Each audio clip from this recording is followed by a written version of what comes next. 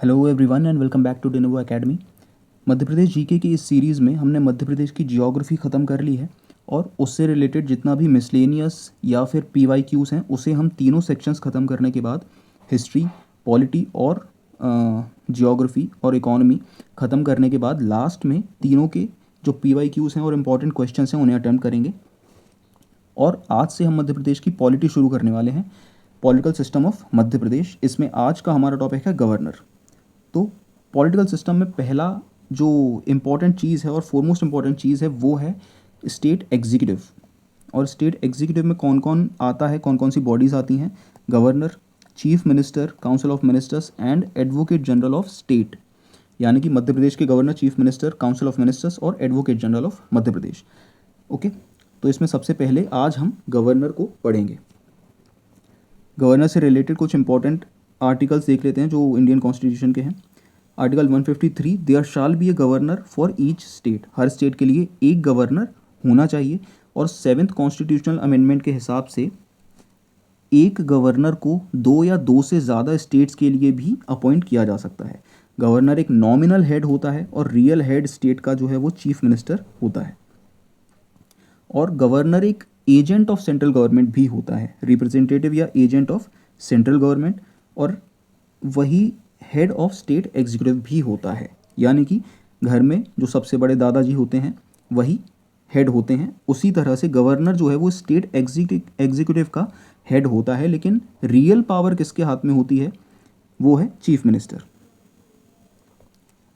उसके बाद article 154, executive powers, जिसमें गवर्नर इंपॉर्टेंट अपॉइंटमेंट्स करता है, जैसे chief minister, council of ministers, attorney general और स्टेट पीएससीज के जो चेयरमैन और मेंबर्स होते हैं वो।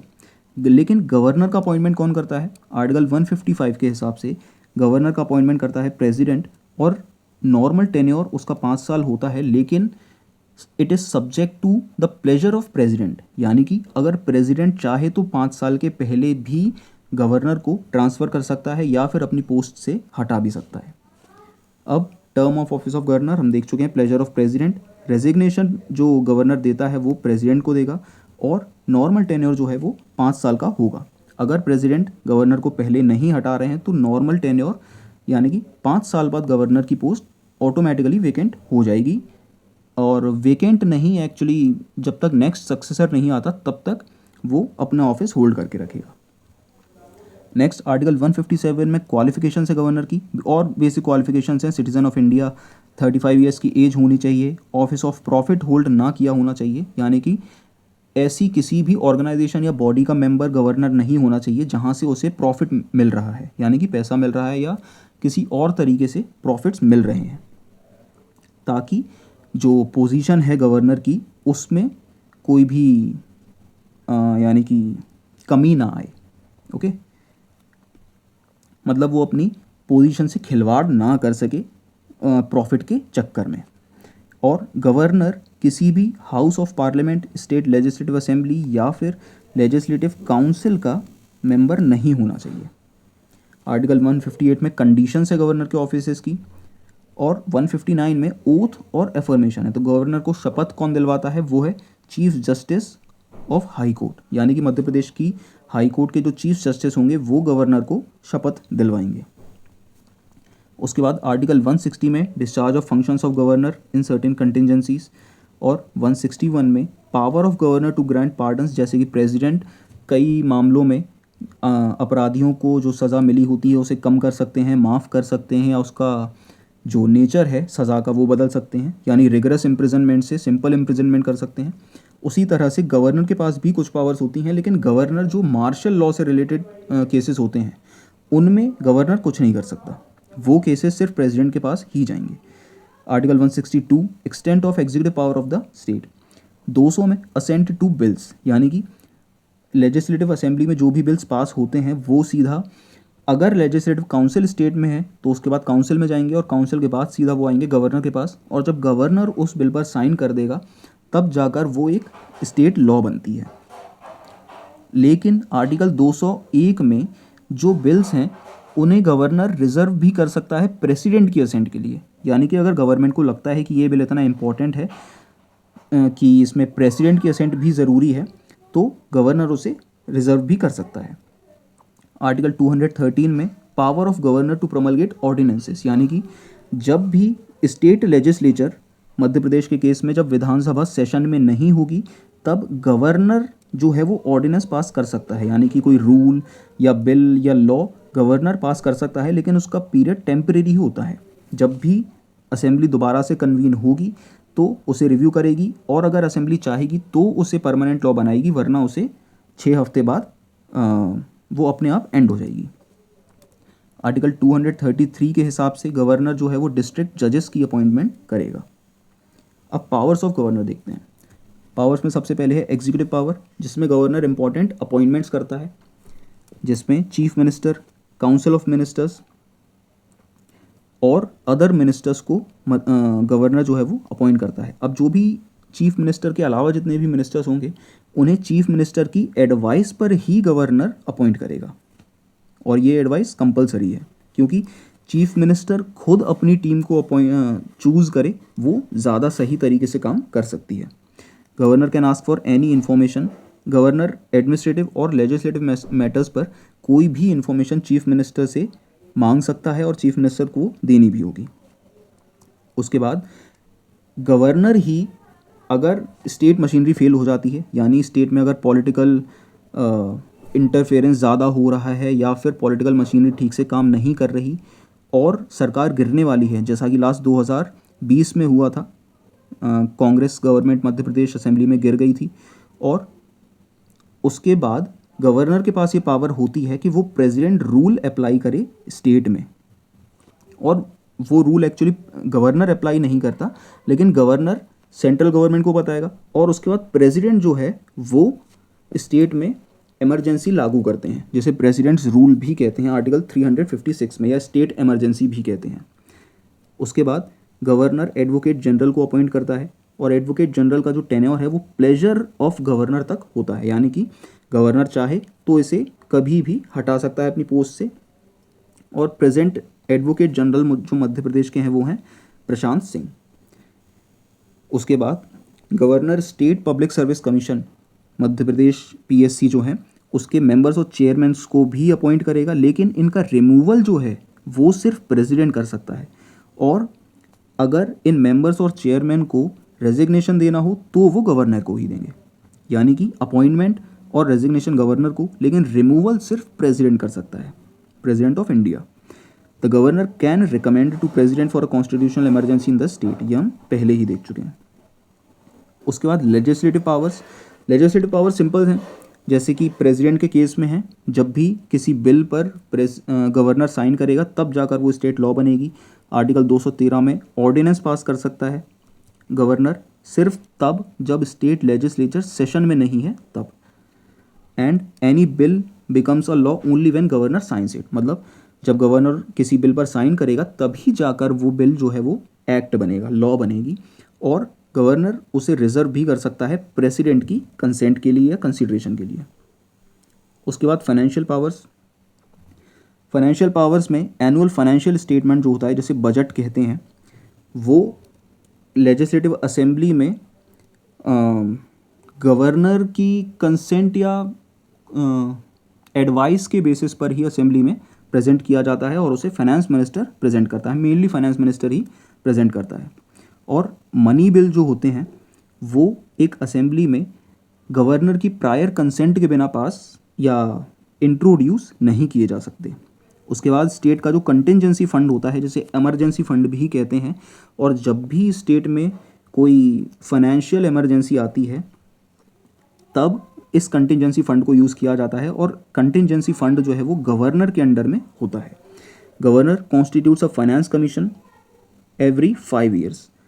अब गवर्नर जो है वो स्टेट में फाइनेंस कमीशन को भी कॉन्स्टिट्यूट करता है, और वो फाइनेंस कमीशन होती है ग्राम पंचायत और म्यूनसिपैलिटीज़ के लिए, यानी लोकल बॉडीज़ के लिए ये फाइनेंस कमीशन बनाई जाती है।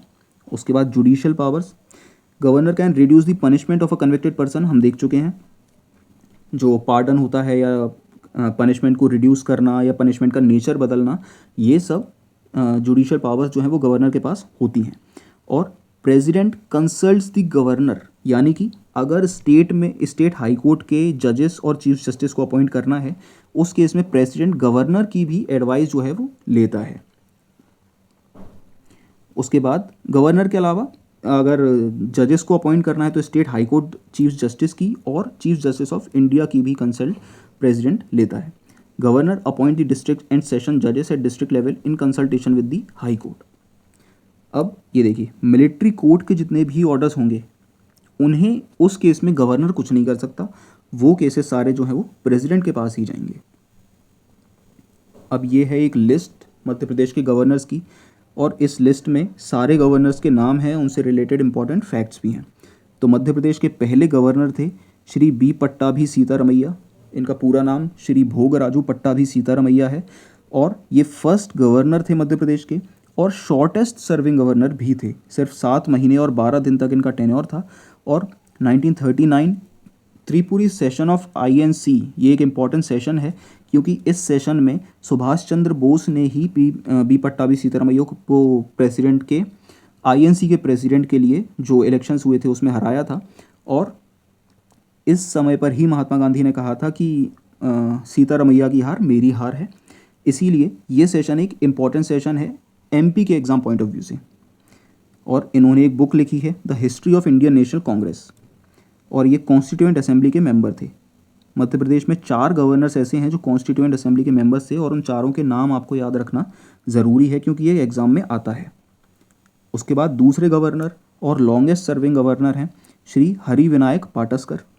इनका टेन्योर 7 साल 7 महीने और 27 दिन तक रहा, और ये मध्य प्रदेश के इकलौते गवर्नर हैं जिन्हें एक पब्लिक टाइटल मिला है और वो है पद्म विभूषण, और ये भी कॉन्स्टिट्यूएंट असेंबली के एक मेंबर थे।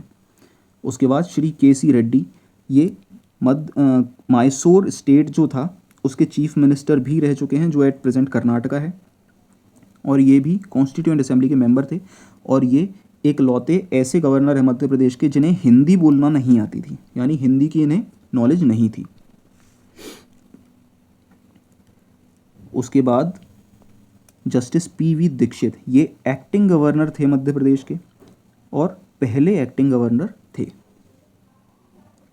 अब देखिए, governors, chief minister, speaker, pro tem speaker से रिलेटेड MPPSC ऐसे क्वेश्चंस पूछता है कि फॉर एग्जांपल ये जो गवर्नर हैं श्री KC रेड्डी, ये किस स्टेट के चीफ मिनिस्टर रहे हैं या फिर किस और स्टेट के गवर्नर रहे हैं। तो इस तरह के क्वेश्चंस MPPSC एग्ज़ाम्स में बहुत आए हैं, बहुत ज़्यादा आए हैं, इसीलिए ये चीज़ें याद रखना आपको ज़रूरी है। मैंने इस PDF में भी ये चीज़ें इंक्लूड की हैं, लेकिन एक मिसलेनियस PDF में और डिटेल में ये सारी जो फैक्ट्स हैं उन्हें मैं इंक्लूड कर दूंगा। PV दीक्षित के बाद दोबारा KC रेड्डी आए, और उसके बाद आए सत्यनारायण सिन्हा। इनके टाइम पर पहली बार मध्य प्रदेश में इमरजेंसी लगी, प्रेसिडेंट्स रूल लगा, और ये पहले ऐसे लीडर थे लोकसभा के जो प्राइम मिनिस्टर नहीं थे। ओके, समझ में आया? लोकसभा के ऐसे पहले लीडर हैं ये जो प्राइम मिनिस्टर नहीं थे, यानी कि लीडर ऑफ द हाउस थे लेकिन प्राइम मिनिस्टर नहीं थे। आमतौर पर ऐसा नहीं होता, जो लीडर ऑफ हाउस होता है वही प्राइम मिनिस्टर या चीफ मिनिस्टर होता है। उसके बाद श्री निरंजन नाथ वांचू, NN वांचू, ये मध्य प्रदेश के इकलौते ऐसे गवर्नर हैं जिनका जन्म मध्य प्रदेश में हुआ, और ये सतना में इनका जन्म हुआ था। एक इम्पीरियल सर्विस ऑफिसर थे, ICS ऑफिसर, जो ब्रिटिश पीरियड के दौरान पर सिविल सर्विसेज की जो ऑफिसर थे वो। और जब इन्हें गवर्नर बनाया गया तब ऑलरेडी प्रेसिडेंट्स रूल इम्प्लीमेंट हो चुका था। ओके, और इन्होंने गवर्नर ऑफ केरला के तौर पर भी काम किया है। उसके बाद श्री चिप्पूदीरा मुठाना पनाचा, और ये सेकंड प्रेसिडेंट रूल इनके टाइम पर ही लगा था। एक्चुअली सॉरी, एक मिस्टेक है इसमें, NN वांचू के टाइम पर प्रेसिडेंट्स रूल नहीं लगा था, बल्कि CM पुनाचा के टाइम पर सेकंड प्रेसिडेंट्स रूल लगा था, जो कि BD शर्मा, भगवत दयाल शर्मा के टेन्योर तक कंटिन्यू रहा था। ओके, और ये CM पुनाचा भी कॉन्स्टिट्यूएंट असेंबली के एक मेंबर थे और चीफ मिनिस्टर भी थे कुर्ग स्टेट के। इन्होंने गवर्नर ऑफ उड़ीसा के तौर पर भी काम किया है, और सेकंड प्रेसिडेंट्स रूल जो है वो इनके दौरान लगा था, लेकिन जो अगले गवर्नर थे श्री BD शर्मा, भगवत दयाल शर्मा, जो कि हरियाणा के चीफ मिनिस्टर भी थे, इनके टेन्योर तक कंटिन्यू रही थी second emergency. Governor of Madhya Pradesh during the second president rule, और ये इकलौते ऐसे गवर्नर हैं मध्य प्रदेश के जिन्होंने 3 बार गवर्नर की पोजीशन जो है वो होल्ड की है। यानी कि इनके टाइम पर जो प्रेसिडेंट्स रूल लगा था वो, उसके बाद एक्टिंग गवर्नर आए जस्टिस जीपी सिंह, जो मध्य प्रदेश के दूसरे एक्टिंग गवर्नर थे गुरु प्रसन्न सिंह, और इसके बाद फिर से बीडी शर्मा आए, उसके बाद फिर जीपी सिंह, उसके बाद फिर से भगवत दयाल शर्मा। तो इस तरह से बीडी शर्मा जी के 3 टेन्योर्स हुए, लेकिन ये 3 पूरे टेन्योर नहीं थे, 5 साल के टेन्योर्स नहीं थे, छोटा छोटा कार्यकाल थे इनके, और कुछ कुछ समय के लिए ये अपनी पोजीशन पर आए हुए थे। उसके बाद गवर्नर बने श्री के एम चांडी। ये पुडुचेरी के लेफ्टिनेंट गवर्नर भी थे, और इन्होंने गुजरात के गवर्नर के तौर पर भी काम किया है। और एक इम्पॉर्टेंट फैक्ट इनके टेन्योर से रिलेटेड है, भोपाल गैस ट्रेजिडी। जब भोपाल गैस ट्रेजिडी हुई तब गवर्नर थे श्री के एम चांडी। उसके बाद एक्टिंग गवर्नर आए श्री एन डी ओझा, और दोबारा के एम चांडी आए। उसके बाद श्रीमती सरला ग्रेवाल, ये मध्य प्रदेश की पहली वुमन गवर्नर हैं और यंगेस्ट गवर्नर हैं, और इंडिया की दूसरी आईएएस ऑफिसर यही हैं, श्रीमती सरला ग्रेवाल। उसके बाद गवर्नर बने श्री कुंवर महमूद अली खान। ये मध्य प्रदेश के पहले मुस्लिम गवर्नर थे, और इनके टेन्योर में तीसरी बार प्रेसिडेंट्स रूल लगा मध्य प्रदेश में, और जो कंटिन्यू रहा डॉक्टर मोहम्मद शफ़ी कुरैशी के टेन्योर तक। डॉक्टर मोहम्मद शफ़ी कुरैशी जम्मू कश्मीर में जन्मे थे, और इन्होंने गवर्नर ऑफ बिहार के तौर पर भी काम किया है, और सेंट्रल गवर्नमेंट में भी ये मिनिस्टर की पोजीशन पर रह चुके थे। थर्ड प्रेसिडेंट्स रूल था, थर्ड इमरजेंसी थी मध्य प्रदेश में, वो डॉक्टर मोहम्मद शफ़ी कुरैशी के टाइम तक कंटिन्यू रही थी। उसके बाद डॉक्टर भाई महावीर, इनसे रिलेटेड एक इम्पॉर्टेंट फैक्ट है कि इनका जन्म जो है वो लाहौर पाकिस्तान में हुआ था। ये MPPSC प्रीवियस ईयर पेपर्स में पूछ चुका है ये क्वेश्चन, इसीलिए ये फैक्ट इम्पॉर्टेंट है। उसके बाद आते हैं श्री राम प्रकाश गुप्ता, और ये पहले ऐसे गवर्नर थे मध्य प्रदेश के जिनकी डेथ जो है वो इनके कार्यकाल के दौरान ही हुई, यानी इनके टेन्योर में ही इनकी डेथ हुई थी, और ये उत्तर प्रदेश के चीफ मिनिस्टर भी रह चुके थे। उसके बाद श्री कृष्ण मोहन सेठ, ये एक्टिंग गवर्नर थे, और ये लेफ्टिनेंट जनरल रह चुके थे इंडियन आर्मी में, और गवर्नर भी थे त्रिपुरा और छत्तीसगढ़ स्टेट्स के। उसके बाद डॉक्टर बलराम जाखड़ लोकसभा स्पीकर थे, और इकलौते ऐसे गवर्नर हैं जो लोकसभा स्पीकर रह चुके थे। 7th और 8th लोकसभा में ये जो स्पीकर थे वो रह चुके थे, और गुजरात के एडिशनल गवर्नर भी थे, और मिनिस्टर ऑफ एग्रीकल्चर भी थे सेंट्रल गवर्नमेंट में। उसके बाद Shri Rameshwar Thakur also served as the governor of Karnataka, Orissa and additional charge of governor of Andhra Pradesh, यानी कि 3 स्टेट्स के गवर्नर ये रह चुके थे, कर्नाटका, उड़ीसा और additional charge Andhra Pradesh state का। श्री राम नरेश यादव, ये चीफ मिनिस्टर थे उत्तर प्रदेश के, और एक्टिंग गवर्नर भी थे छत्तीसगढ़ के। दोनों चीज़ें एक समय पर नहीं थी, अलग अलग समय पर थी। ओके। उसके बाद श्री OP कोहली, इन्हें एडिशनल चार्ज मिला हुआ था गुजरात स्टेट के साथ मध्य प्रदेश का। उसके बाद श्रीमती आनंदीबेन पटेल, ये गुजरात की पहली वुमन चीफ मिनिस्टर थी, और गवर्नर रह चुकी थी उत्तर प्रदेश की भी, और एडिशनल चार्ज भी इन्हें मिला था गवर्नर ऑफ छत्तीसगढ़ का। उसके बाद श्री लालजी टंडन मध्य प्रदेश के अपॉइंटमेंट के समय पे ओल्डेस्ट गवर्नर थे, और इनकी भी कार्यकाल के दौरान ही मृत्यु हुई थी। 2020 में इनकी मृत्यु हो गई थी, और ये फॉर्मर गवर्नर भी थे, यानी कि गवर्नर रह चुके थे बिहार के। उसके बाद फिर से श्रीमती आनंदीबेन पटेल को एडिशनल चार्ज मिला, और एट प्रेजेंट जो गवर्नर हैं मध्य प्रदेश के वो हैं मंगू भाई छगन भाई पटेल, और 2021 से ये मध्य प्रदेश के गवर्नर हैं, और ये पहले गवर्नर हैं जो ट्राइबल कम्युनिटी से आते हैं, यानी कि पहले ट्राइबल गवर्नर हैं मध्य प्रदेश के। ये एक बहुत इंपॉर्टेंट फैक्ट है, और एग्जाम में आने के चांसेस बहुत हैं, क्योंकि ये एट प्रेजेंट गवर्नर भी हैं मध्य प्रदेश के, और ट्राइब्स पर MPPSC को ज़्यादा ही फोकस पिछले कुछ सालों से कर रहा है। अब कुछ important facts related to governors of Madhya Pradesh. पहले गवर्नर हम देख चुके हैं, Bhogaraju Pattabhi Sitaramayya. Governor during the partition of Madhya Pradesh doctor Bhai Mahavir, यानी कि 2000 में जब छत्तीसगढ़ मध्य प्रदेश से अलग हुआ तब मध्य प्रदेश के गवर्नर जो थे वो डॉक्टर भाई महावीर थे। गवर्नर अपॉइंटेड मैक्सिमम टाइम्स, 3 बार भगवत दयाल शर्मा हम देख चुके हैं। Chief minister who were the first chairman of state planning board, मतलब जब स्टेट प्लानिंग बोर्ड बना था उस समय जो चीफ मिनिस्टर थे वो उसके हेड होते, और ऐसे पहले चीफ मिनिस्टर थे प्रकाश चंद्र सेठी। ये फैक्ट एक्चुअली चीफ मिनिस्टर से रिलेटेड है लेकिन इस पीडीएफ में भी इंक्लूड किया है मैंने। Total number of tenures serving as governor so far 30 tenure हैं, लेकिन गवर्नर्स अराउंड 25 हैं। ओके, उसके बाद एक्टिंग गवर्नर्स 4 रह चुके हैं जिनके 5 टेन्योर थे। यंगेस्ट गवर्नर सरला ग्रेवाल हम देख चुके हैं, जो पहली फीमेल गवर्नर भी थी। Only governor born in state Niranjan Nath Wanchoo, जो सतना में जन्म हुआ जिनका। Longest serving full time governor Harivinayak Pataskar, 7 साल 7 महीने 27 दिन। First governor to impose president's rule Satyanarayan Sinha. Only governor who has been the speaker of Lok Sabha doctor Balram Jakhar, 7th and 8th Lok Sabha. Governor who expired while in office R P Gupta और लालजी टंडन। अब ये है इंपॉर्टेंट चीज़ें, ये questions MPPSC में बहुत बार आ चुके हैं इसीलिए ये इंपॉर्टेंट है। Governors who have been chief ministers of other states, Madhya Pradesh के ऐसे गवर्नर्स जो दूसरे स्टेट्स के चीफ मिनिस्टर भी रह चुके हैं। केसी रेड्डी मैसूर के chief minister, C M Poonacha Coorg के, बीडी शर्मा हरियाणा के, आरपी गुप्ता उत्तर प्रदेश के, राम नरेश यादव उत्तर प्रदेश के और आनंदीबेन पटेल गुजरात की चीफ मिनिस्टर। फिर number of governors who were the member of constituent assembly 4, doctor Bhogaraju Pattabhi Sitaramayya, Harivinayak Pataskar, K C Reddy और सीएम पुनाचा। ये 4 गवर्नर्स जो हैं मध्य प्रदेश के वो कॉन्स्टिट्यूएंट असेंबली के मेंबर्स थे।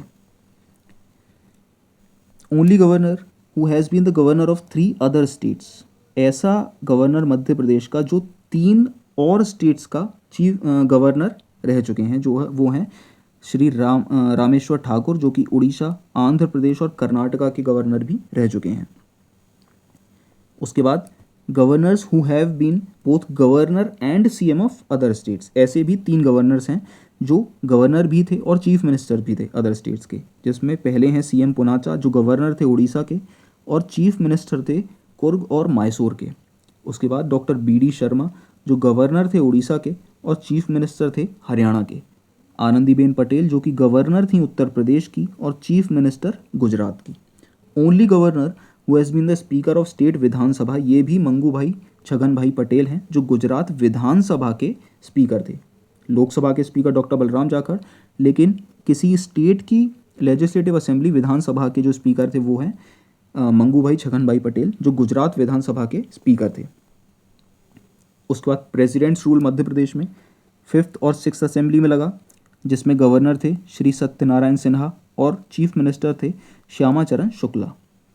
उसके बाद 6th और 7th असेंबली में,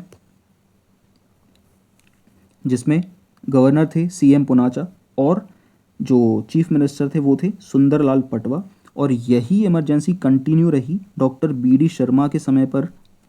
ओके, उसके बाद 9th और 10th असेंबली में इमरजेंसी लगी, जिसमें इमरजेंसी जो इम्पोज हुई थी उस समय गवर्नर थे मध्य प्रदेश के श्री कुंवर महमूद अली खान और chief minister again Sunderlal Patwa ही थे। ये सेम इमरजेंसी नहीं है, डिफरेंट है, लेकिन इस समय भी चीफ मिनिस्टर मध्य प्रदेश के जो थे वो सुंदरलाल पटवा ही थे।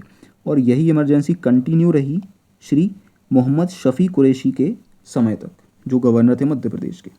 ये लिखा हुआ है, president rule was proclaimed during the tenure of Shri C M Poonacha and continued till the tenure of Shri B D Sharma. और इसी तरह से श्री कुंवर महमूद अली खान के टेन्योर से शुरू हुई और मोहम्मद शफ़ी कुरैशी के टेन्योर तक कंटिन्यू रही। अब ये हैं acting governors of Madhya Pradesh, Shri justice P V Dikshit, G P Singh, उसके बाद फिर से जीपी सिंह 2 टेन्योर जो बीडी शर्मा जी के टाइम पर रहा था, और उसके बाद एनडी ओझा और श्री कृष्ण मोहन सेठ। अब देखो 5 टेन्योर्स हैं और 4 गवर्नर्स हैं, लेकिन 4 एक्टिंग गवर्नर्स हैं। इसका ये मतलब नहीं कि मध्य प्रदेश में 4 बार इमरजेंसी लगी है। हर बार ज़रूरी नहीं कि इमरजेंसी के समय पर ही एक्टिंग गवर्नर अपॉइंट किया जाए। अब जैसे आरपी गुप्ता जो गवर्नर थे मध्य प्रदेश के, उनकी डेथ हो गई थी, तो उसके बाद श्री कृष्ण मोहन सेठ को एक्टिंग गवर्नर मध्य प्रदेश का बनाया गया था। ओके, सो ये थी आज की class and thank you for watching. इसके बाद हम मध्य प्रदेश के चीफ मिनिस्टर और लेजिस्लेटिव असेंबलीज़ को कंप्लीट करेंगे। So stay tuned and good bye.